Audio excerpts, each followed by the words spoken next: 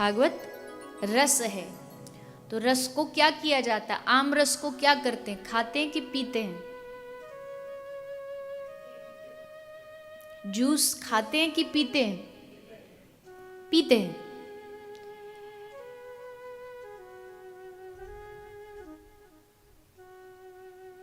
हम कभी नहीं कहते कि कोई फल हो उसको कभी नहीं कहते कि आप इसको पियो, पर श्रीमद् भागवत फल होते हुए भी कहा कि पिबत भागवतम, इस रस को पीना है। क्यों?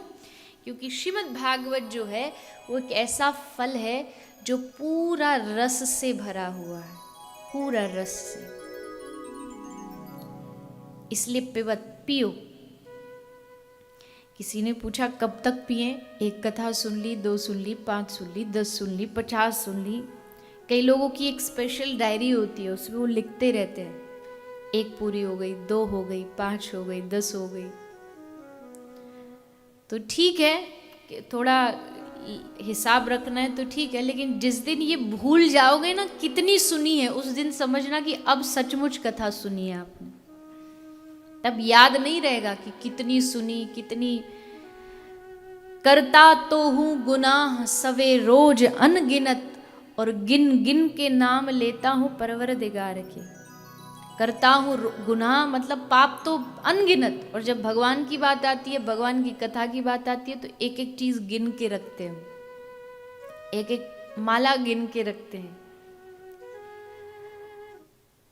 कई लोग मुझसे पूछते एक दिन में कितना नाम लेना चाहिए भगवान का, कितनी माला करनी चाहिए। अब यही बात मैं आपसे पूछूं, एक दिन में कितना कमाना चाहिए, तो कितना कमाओगे? कोई बिजनेसमैन हो, कोई शॉप वाला हो, उसकी शॉप का टारगेट है कि उसको पर डे इतना कमाना है। मान लीजिए एक ही मॉर्निंग में ही उसको इतना पैसा मिल गया, तो क्या दुकान बंद करके घर चला जाता है कि बस अब हो गया, टारगेट पूरा हो गया, अब घर चलो? नहीं जाता ना,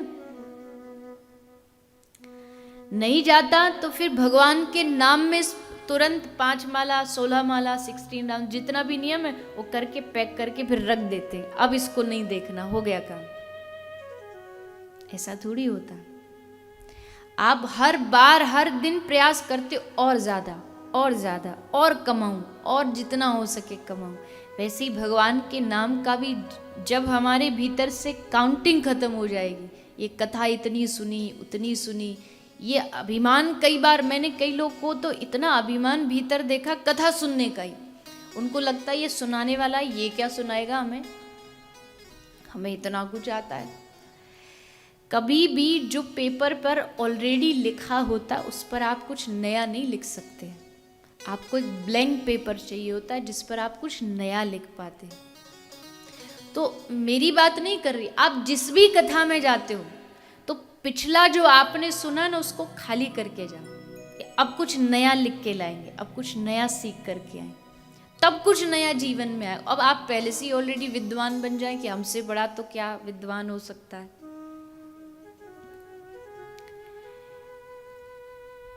ज्ञान में और अभिमान में बड़ा बड़ा छोटा सा फर्क है,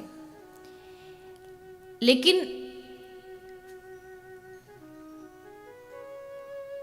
अभिमानी कभी ज्ञानी नहीं हो सकता। जिसके भीतर अभिमान भरा हुआ है वो कभी ज्ञानवान नहीं बन सकता, वो कभी ज्ञानी नहीं बन सकता। और जो ज्ञानी होगा, सच्चा ज्ञानी होगा, उसके भीतर कभी अभिमान नहीं आ सकता।